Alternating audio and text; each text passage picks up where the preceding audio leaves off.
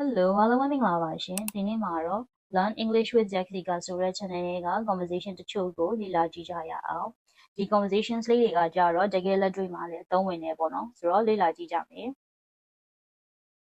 ပထမဦးဆုံးခေါင်းစဉ်ကကြတော့ going to a grocery store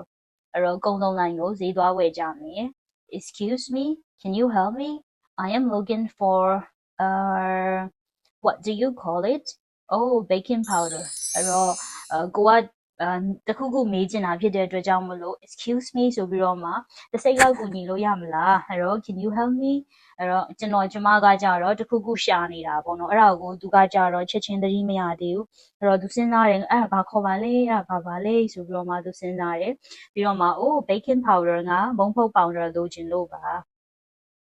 sure it's right here on this shelf are you baking something today အော်တိတ်ရတာပေါ့ငါကူညီမှာပေါ့ဒီဟာကကြတော့ဒီစင်ပေါ်မှာပဲရှိရပါတော့မုံဖုတ်တဲ့ပေါင်တာကကြတော့ဒီစင်ပေါ်မှာပဲရှိပါတယ်ဒီနေ့နေမုတ်တစ်ခုခုဖုံးမလို့လားအဲ့တော့အယောင်ဝင်နဲ့ညီမလေးကကြတော့ပြန်ပြီးတော့မှနှုတ်ဆက်လိုက်တယ် Yes I am trying to make a cake အဲ့တော့ငါကိတ်မုံတစ်လုံးစမ်းပြီးတော့မှဖုတ်ကြည့်မလို့ but I am missing a few things I also need flour ဟုတ်တယ်ငါဒီနေ့ကိတ်မုံတစ်လုံးစမ်းပြီးတော့မှဖုတ်ကြည့်မလို့ဒါပေမဲ့လိုအပ်တဲ့ပစ္စည်းအချို့ကတော့မစုံသေးဘူးအဲ့တော့ငါထပ်ပြီးတော့လိုတာရှိသေးတယ်ပေါ့နော်ဘာလေးသူထပ်ပြီးစဉ်းစားတယ်အဲ့တော့ flour ငါဂျုံမုံလဲလိုတယ် Yes you got it right flour it's on the shelf below the baking powder shelf By the way is this your first time baking အော်မှန်တယ်ဟုတ်တယ်အဲ့တော့ you got it right ဆိုတာကကြတော့နိမှန်တယ်ဟုတ်တယ်ဂျုံမုံလည်းနေလို့တာပေါ့အဲ့တော့အဲ့ဒီဟာကကြတော့ခုနကမုံဖုတ်ပေါင်တာစင်ရဲ့အောက်မှာပဲရှိပါတယ်ဒါနဲ့စကားမဆက်ဒီဟာကကြတော့နေပထမဦးဆုံးမုံဖုတ်တာလားဒါပထမဦးဆုံးချိန်ကြီးမုံဖုတ်တာလားပေါ့နော် Yes I'm so nervous ဟုတ်တယ်ငါအဲ့ဒီအတွက်ကြောင့်မို့လို့အရင်ပဲစိတ်လှုပ်ရှားနေတယ် My friend told me to wing it but I'm not sure what that means အဲ့တော့ငါတငယ်ချင်းကတော့ဒီဟာကို wing it လုပ်ကြည့်လို့ပြောတယ်ပေါ့နော်အဲ့တော့ဒါပေမဲ့အဲ့ဒါဘာအဓိပ္ပာယ်မှန်းငါလည်းနားမလည်ဘူးတဲ့အဲ့တော့ဒီမှာဆိုလို့ရှိရင်တခုခုရဲ့အဓိပ္ပာယ်ကိုမသိကြဘူးမေးချင်တယ်ဆိုလို့ရှိရင် I'm not sure what that means ငါအဲ့ဒါရဲ့အဓိပ္ပာယ်ကိုသိတော့မသိကြဘူးအဲ့လိုမျိုးအဲ့တော့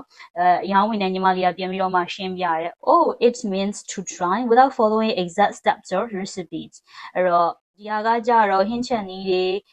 လောက်ရမယ့်အဆင့်တွေပေါ့နော်အဲ့ဒီအတိုင်းအတီးအကျမဟုတ်ဘဲနဲ့ကိုနီးကိုဟန်နဲ့ကိုလောက်ကြည့်တာမျိုးကိုပြောချင်တာအဲ့တော့ wing it ဒီ it ကဒီ wing it ကိုကိုစားပြုတယ်အဲ့တော့it means to try without following exact steps or recipe အဲ့တော့ကိုရီဆိုလို့ရှိရင်ဥမာဟင်းတစ်ခုခုချက်တော့မယ်ပြီးတော့မုတ်တစ်ခုခုကိုဆမ်းပြီးတော့မှလုပ်ကြည့်မယ်ဆိုလို့ရှိရင်Facebook တွေ YouTube တွေမှာဟင်းချက်နည်းတွေမုတ်လုံနည်းတွေလိုက်ရှာတယ်ပြီးတော့သူတို့တွေအတိုင်းလိုက်ပြီးတော့မှလုပ်တယ်ပေါ့နော်ဒီမှာလည်းအဲ့လိုမျိုးပုံစံအဲ့တော့သူတို့ပြထားတဲ့နည်းတွေအတိုင်းအစစ်စစ်မဟုတ်ဘဲနဲ့ကိုနီးကိုဟန်နဲ့ကိုလုပ်ကြည့်မယ်ဆိုလို့ရှိရင်အဲ့ဒါကို wing it လုပ်တယ်လို့ခေါ်တယ်အဲ့တော့ဒီ wing it ဒီကိုရီးယားအတွက်ကကြတော့ vocab အသစ်တစ်ခုပဲဖြစ်တယ်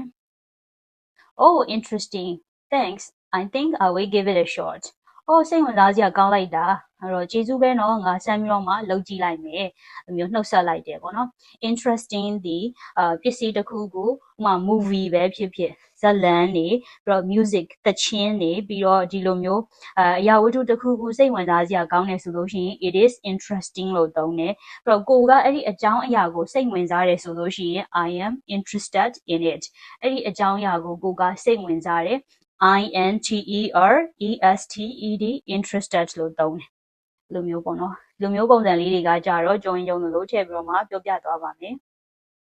နောက်ထပ်ခေါင်းစဉ်ကကြတော့ healthy food or snack အဲ့တော့ကျန်းမာရေးနဲ့ညီညွတ်တဲ့အစားအစာလားဒါမှမဟုတ်လို့ရှိရင်တရေစာတွေလားပေါ့နော်အဲ့တော့ Sarah do we really need 5 boxes of cereal ကျွန်တော်တို့ကတကယ်ပဲ cereal 5ဘူးလို့လား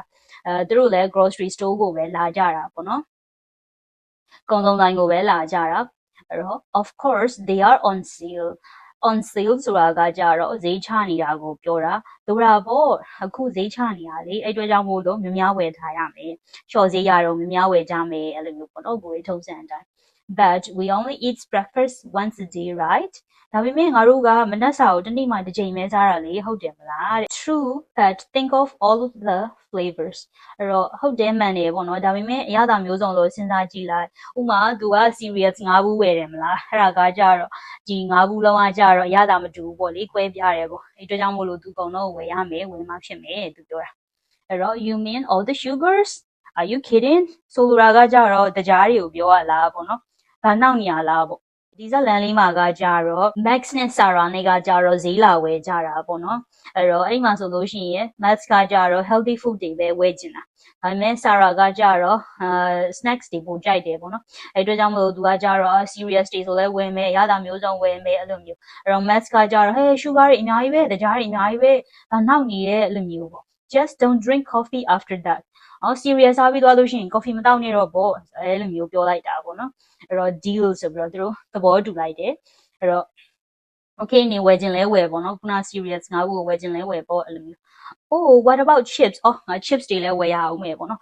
chips တွေကကြတော့စီကြော်တဲ့အစာတွေပေါ့နော်အာလူးကြော်တွေလိုမျိုးပုံစံ chips အဲ့ဒါတွေဝယ်အောင်မယ် I thought we came here to buy for healthy foods only ငါထင်တာကတော့ငါတို့ဒီကိုဒီကျန်းမာရေးနဲ့ညီညွတ်တဲ့ဒီအစာအစာတွေပဲဝယ်ဖို့လာခဲ့ကြတာလားလို့ပါ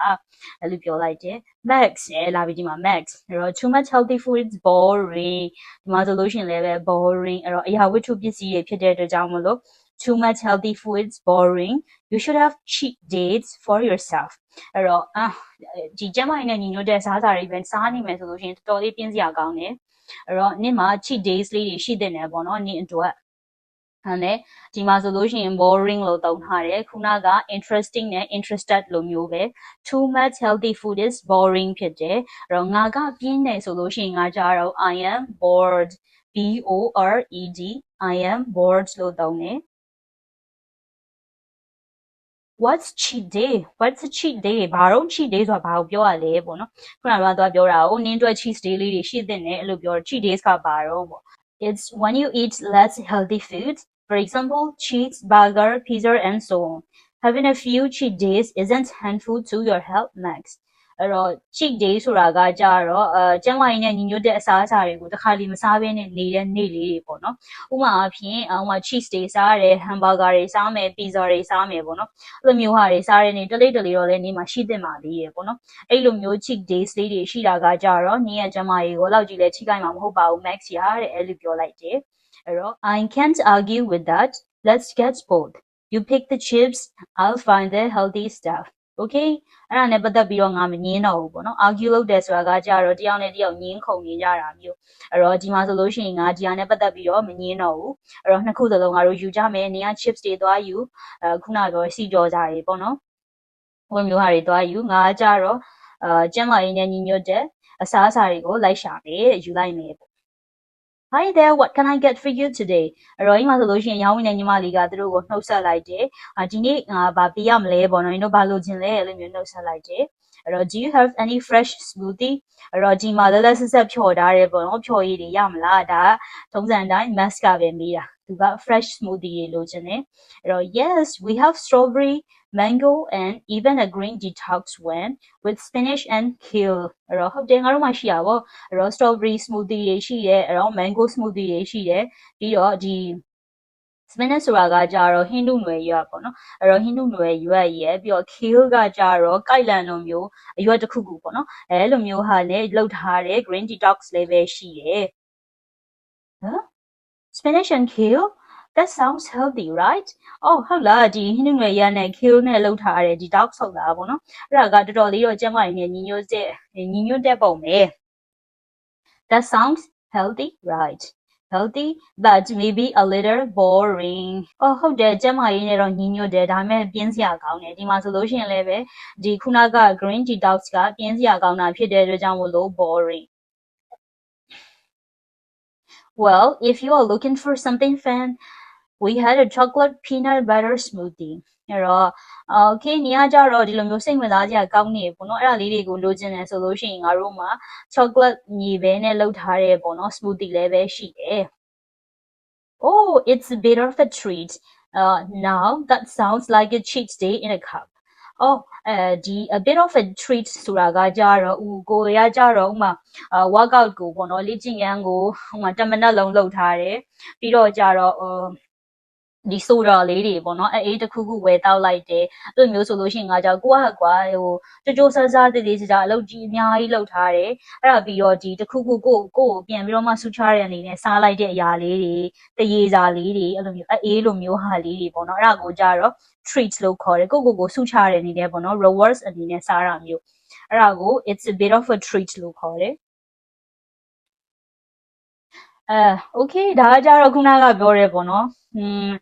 ဒါ cheat days ပဲပေါ့နော်သူတို့ကကြတော့ smoothie တောက်မှာအေးတောက်မှာဖြစ်တဲ့အတွက်ကြောင့်မလို့ okay cup ထဲမှာရှိရဖြော်ရည်ခွက်ထဲမှာရှိရ cheat days လို့လည်းပြောရမှာပေါ့တဲ့အဲ့တော့ exactly ဟုတ်တယ်အတိအကျပဲဆိုပြီးတော့အရောင်းဝင်နေညီမလေးကပြန်ပြောလိုက်တယ်အဲ့တော့ that's the one I am getting ဒါဆာရာကယူမဲ့အေးပေါ့